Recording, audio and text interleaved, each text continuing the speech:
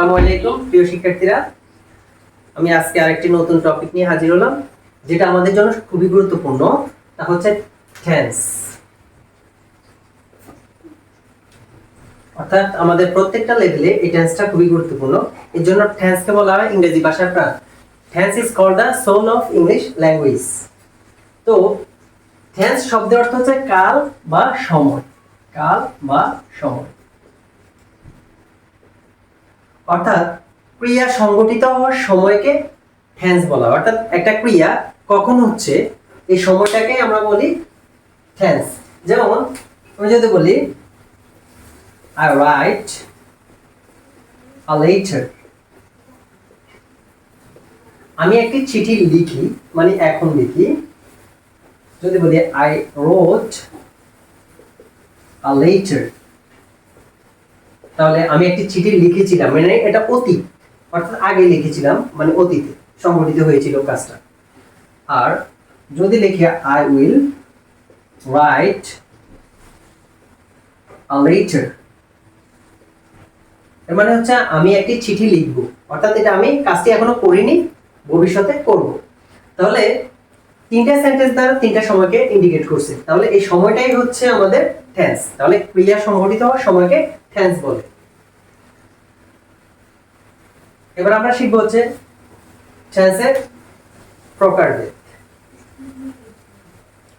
Types of tense. টেন্সের প্রকারভেদ। Tense সাধারণত তিন প্রকার। একটা হচ্ছে প্রেজেন্ট টেন্স,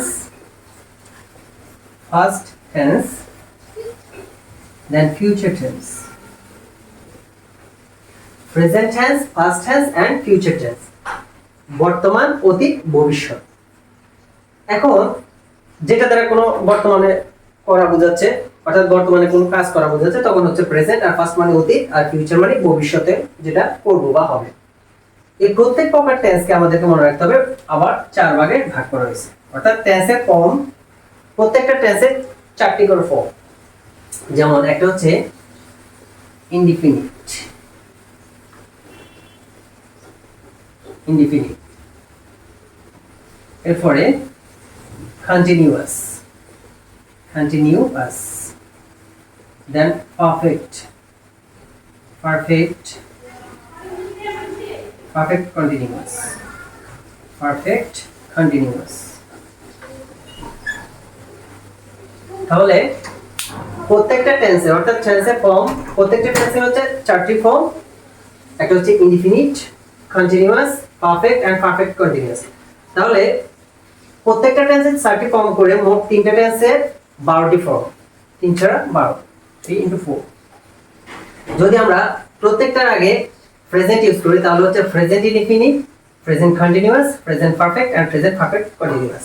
এবার যদি ফার্স্ট ইউজ করি, first indefinite, first continuous, first perfect, first perfect continuous.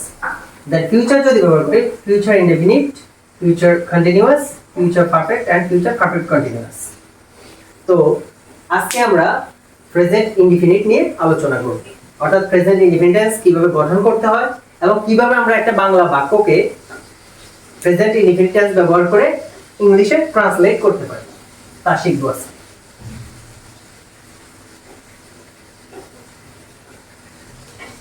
Present indefinite.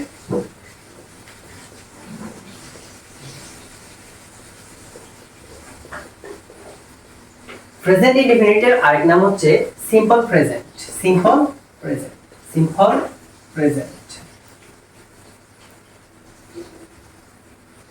তাহলে প্রেজেন্ট ইনডিফিনিট এর আরেক নাম হচ্ছে সিম্পল প্রেজেন্ট।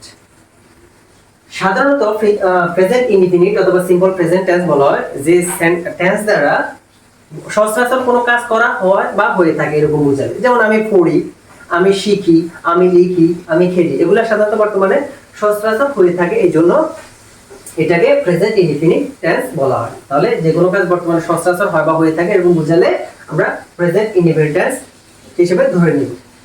তো প্রেজেন্ট ইনডিফিনিট টেন্স এর গঠন প্রণালী হচ্ছে, স্ট্রাকচার হচ্ছে, প্রথমে সাবজেক্ট, এরপর ভার্ব, অর্থাৎ ভার্বের present form V1, V one মানে হচ্ছে আমরা জানি ভার্বের তিনটি form, present form, past form এবং পাস্ট পার্টিসিপল।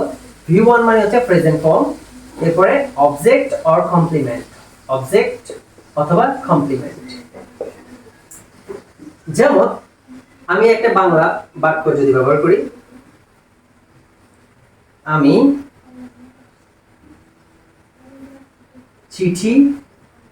একটি চিঠি লিখি, আমি একটি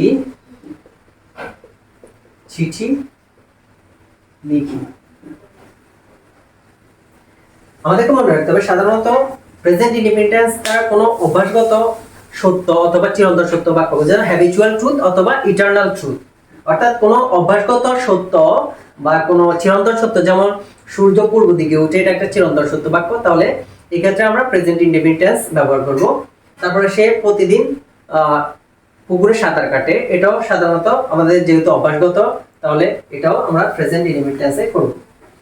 তাহলে যেমন আমি একটি চিঠি লিখি, তাহলে এটাকে কিভাবে আমরা ইংলিশে ট্রান্সলেট করব? আমরা শিখছি আগেই সাবজেক্ট বসে আই, তাহলে আমি এর ইংলিশ হচ্ছে আই।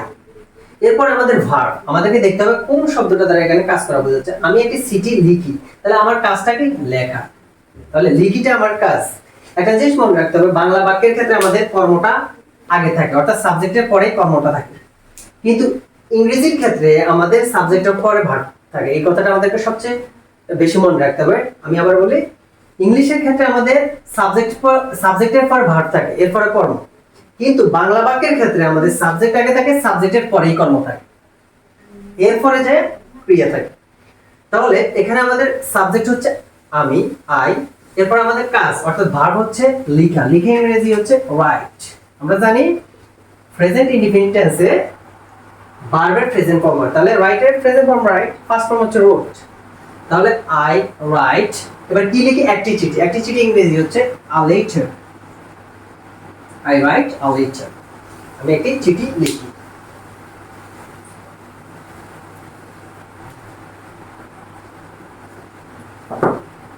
আমি গল্প শুনি, I hear story, আমি গল্প শুনি, আমি গল্প শুনি। তাহলে এখানে আমাদের সাবজেক্ট হচ্ছে আই, এরপর আমাদের শোনাটা হচ্ছে কাজ, তাহলে হিয়ার ভার্ব, এরপর আমাদের কর্ম গল্প, তাহলে স্টোরি, তাহলে সাবজেক্ট ভার্ব অবজেক্ট।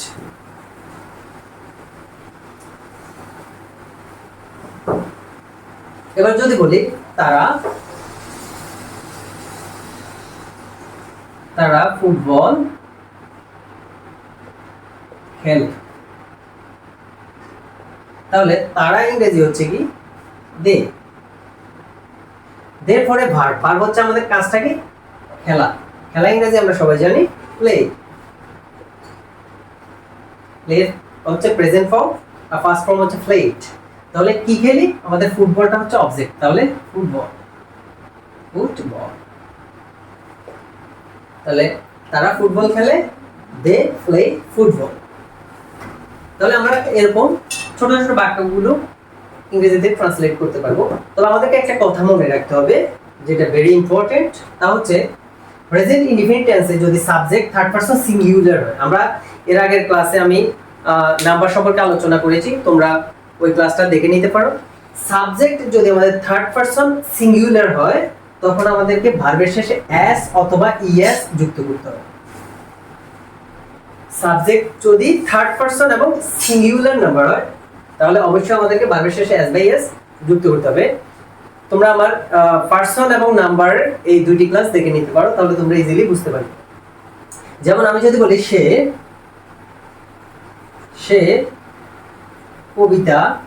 একটি কবিতা আবৃত্তি করে, সে একটি কবিতা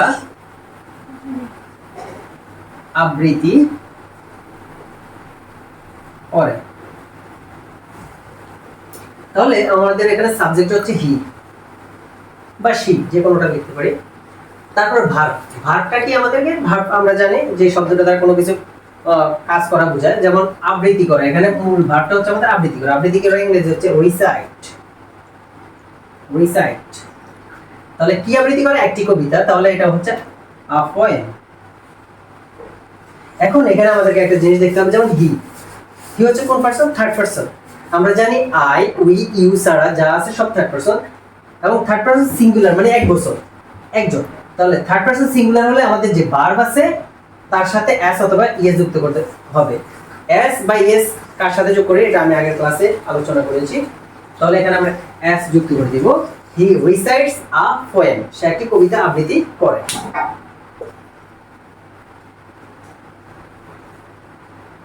যদি বলি সে প্রতিদিন রাত 10টায় বা 11টায়, রাত 11টায় ঘুমোতে যায়।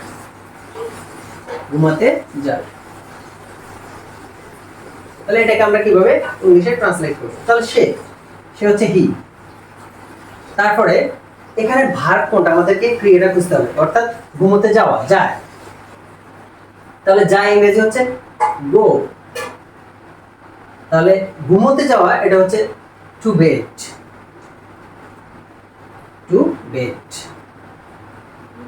এখন সময় অর্থাৎ রাত 10টায়, এটাকে আমরা ইংলিশে বলি at 11 PM। তাহলে এখন দেখো, যেহেতু আবার প্রতিদিন বলছি, তাহলে প্রতিদিন ক্ষেত্রে এভরিডে আমরা ইউজ করতে পারি, এভরিডে।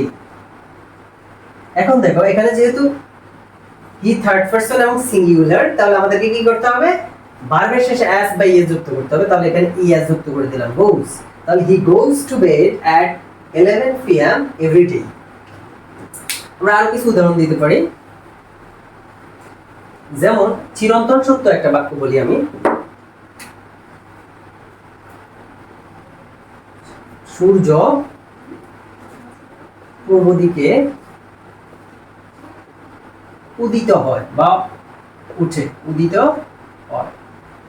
তাহলে এটাকে আমরা কিভাবে ইংলিশে ট্রান্সলেট করতে পারি? তাহলে আমাদের এখানে সাবজেক্ট হচ্ছে সূর্য, অর্থাৎ দ্য সান।